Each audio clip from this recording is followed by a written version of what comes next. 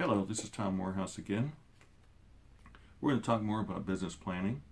On the first video, we spoke to you about getting your stuff together for the year, what you want to do, how many transactions, how much money you want to make, how much you're going to work, all of that. The second video, we talked about prospecting, paperwork, and closing scripts and dialogues. And now what we're going to do is come back to your planning for the year and the different things that you should be looking at. One of the things is you need to be honest about your goal. A lot of people say, well, I want to make $1 million. Okay, that's great. We all do. Okay, but really, what does that mean? And you can break that down. We can show you how to break that down into the amount of activities you need to be doing on a daily basis so that you can make the kind of money that you say you want to make. I would think at the beginning of your career you should probably be a little more realistic. 6 figures somewhere would be good to start. And then you work your way up. You see, it's sort of like starting a business. Well, you are starting a business. Your real estate business. This is your business. Even though you're working for a broker, you decide how much work you're going to put in. You decide when you're going to work, how you're going to work, how hard you're going to work. You make all those decisions. So it is your business. If you went out and started a business tomorrow in a mall somewhere, you'd probably spend a couple $100,000 before you got the doors open. And you'd have overhead every month of $20,000, $30,000, $40,000 at least. Now, who would you tell if you were opening up a retail store in a mall? Everybody you knew, right? You want people to support you. You want them to come to you. You want them to do business with you. And the question I ask, if you had that much money on the line, you got it somewhere. You either borrowed it somewhere, you refied your home, that's borrowing it, took it out of your 401k, okay, borrowed it from your parents, took it out of your savings, whatever it is, you took it out of something to invest it. And you want to make money. So once you get that investment going, how hard would you work?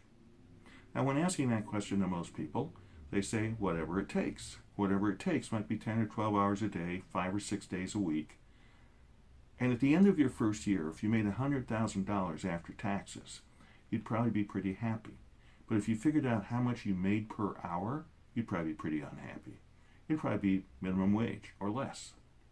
But during that first year, you've learned a lot. You've learned some things that have worked that you should do more of, and you've learned some things that didn't work that you should not do anymore. So if you take those and put them together in your future plans, your business plan for the next year, you have a good chance of spending more time on the things that work than the things that don't work. Therefore, you can make 1.5 or 2 times what you made the first year. Pretty good. Well, in real estate, you can do the same thing, but you don't have a $200,000 investment.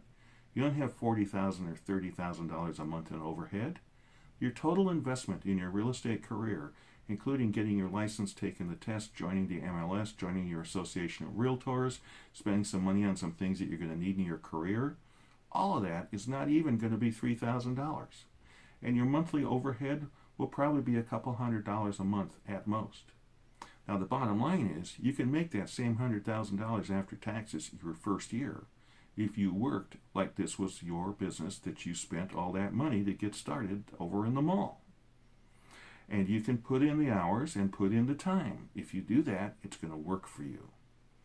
Sort of simple, but people try to make it very complex.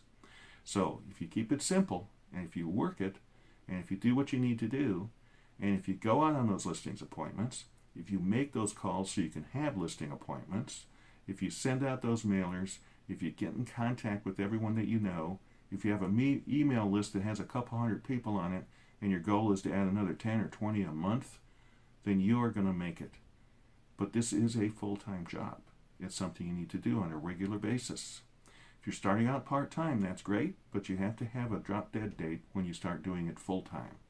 Because if you don't, you may never do it. And if you never do it, you'll be upset because you're not making it. And the reason you're not making it is you're not putting in the time. So that's the key. The key is time.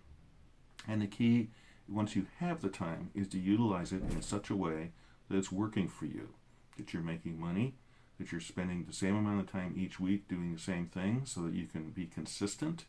And in that consistency, you will see that you'll be doing better and better, and that this career will work out for you. Now, there's lots of people that are in this business that have been in it for a while, and they're in a position where they can take some time off every year. A lot of time. But they've worked hard to get to that place.